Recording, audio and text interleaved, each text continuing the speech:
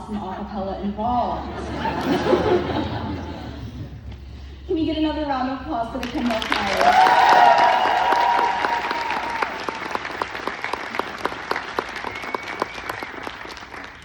So as we move forward, we are proud to welcome back to William & Mary Dr. Danny Heber. Danny is a linguist who works to document and revitalize endangered languages. He is also an avid science communicator, educating popular audiences about the science and diversity of language through his Linguistic Discovery social media channels and newsletters. He graduated from William & Mary in 2008 with a double major in linguistics and philosophy, and then spent several years working for the software company Rosetta Stone to create language learning software for indigenous languages. He then completed his master's and PhD at the University of California, Santa Barbara, followed by a postdoc at the University of Alberta. Now he works full-time with the Native American communities on their language revitalization programs. Please welcome Dr. Heber to the podium.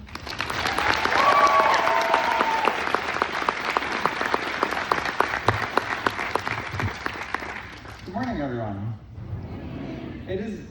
I'm doing like a bunch of events this week.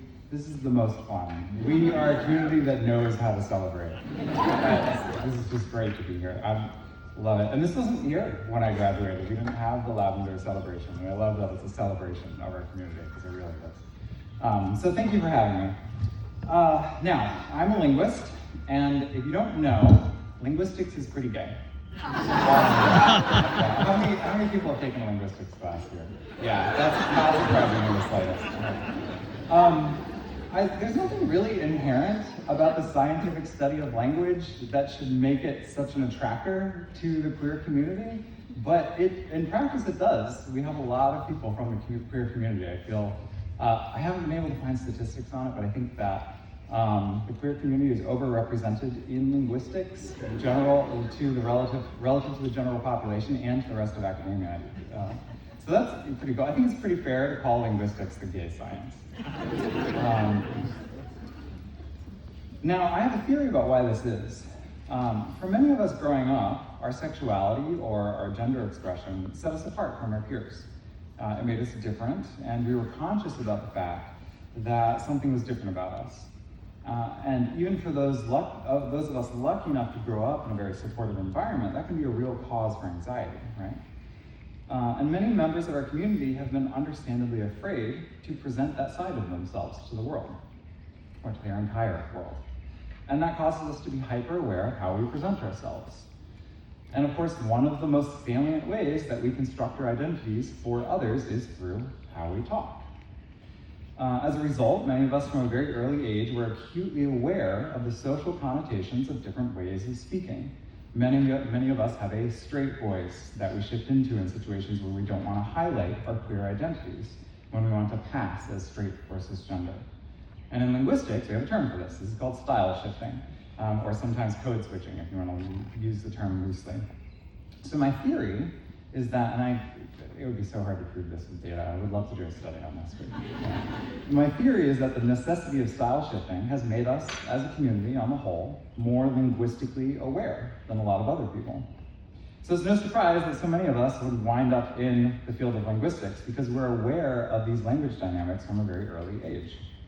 Is this relating to anyone? Is this, yeah, this is some nonsense, good.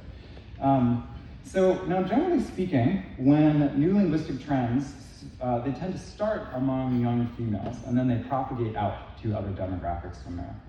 Young women are at the leading edge of linguistic innovation.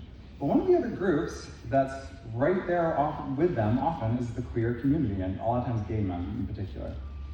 We pick up on the linguistic strategies that are socially successful. We are a very socially successful group. We are very socially tuned in. And this is one of the reasons that many people think that gay men in particular sound feminine, that's talked about, is because we're right there among these leading trends that are oftentimes associated with young females. Now, I don't want to oversimplify this. The whole issue of gay voice is very complex, and I'm just not even sure how we define it, and there's no one way of speaking that makes someone sound gay. It varies from community to community and whatnot. But nonetheless, this does seem to be a contributing factor to that.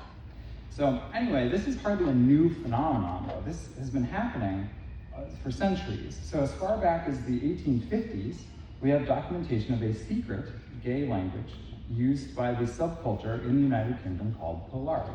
Have any of you heard of Polari? Yeah. Polari has roots stretching back to the language of traveling shows and menageries, which I think is very fun. It contains a mixture of words from Italian, lingua franca, Romani, Yiddish, rhyming slang, sailors slang, and thieves' cant. So basically the range of subcultures and kind of alt cultures came together to form this language called Polari. It's largely because of Polari that gay men in particular inherit, and I think most of the queer community have inherited the tradition of inverting grammatical genders, referring to males as she, for example. And they do that both as a form of endearment, but also to protect the identities of the people being discussed. Some words that come from Polari, this is my favorite part, okay, include to judge. We got all judged up this morning to get ready, like our best, so that comes from Polari.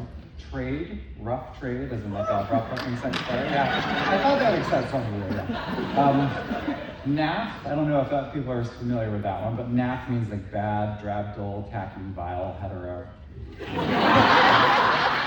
That's the definition, I suppose. Camp, like camp, it could be campy, to be effeminate or absurdly exaggerated, right? Butch, right? Fruit, to refer to a gay man, that's another one. Hooper, that's kind of an older term, that means a dancer. So. To ogle, to look at someone admiringly, right? And drag. I think we talked, yeah, so drag comes from Polari as well. So Polari gives us a pretty rich history, and it reminds us that queer history is full of brilliance under pressure. People building a life in the margins with nothing but wit, nerve, good humor, and each other. And the queer community has been using language as a tool for cautiously navigating our place in society, as well as gleefully celebrating our wonderful community for centuries. And nowadays, Polari is severely endangered. And that's sad for me as a linguist, but on the whole, maybe a really great sign for our community. The words which do survive have seen broad uptake by the broader community. Most people don't even realize that they're borrowing words from queer subculture, which is kind of cool. And it's a testament to the degree that queer culture has become not just accepted, but sometimes even valorized. Words which a decade ago were unique to the lexicon of the queer community are now common parlance. I never would have expected to see the word twink thrown around on TikTok a decade ago. It's a useful word, I guess? I don't know. So today there's less of a need for secret argos and style shifting. Our linguistic prowess as a community has shifted from being a once imperative defense mechanism to being a robust strength that helps us thrive in a social world. And many of us are fortunate enough to go through this shift even in the course of our individual lives. When we were young, we had to be circumspect in how we use our language just to get through the day. But as we age and we come to accept ourselves and get acceptance from others, and maybe even society at large, we no longer feel the need to have to accommodate the linguistic preferences of others. We can kind of flout those conventions. I don't want the lesson here to be that we don't need queer language anymore.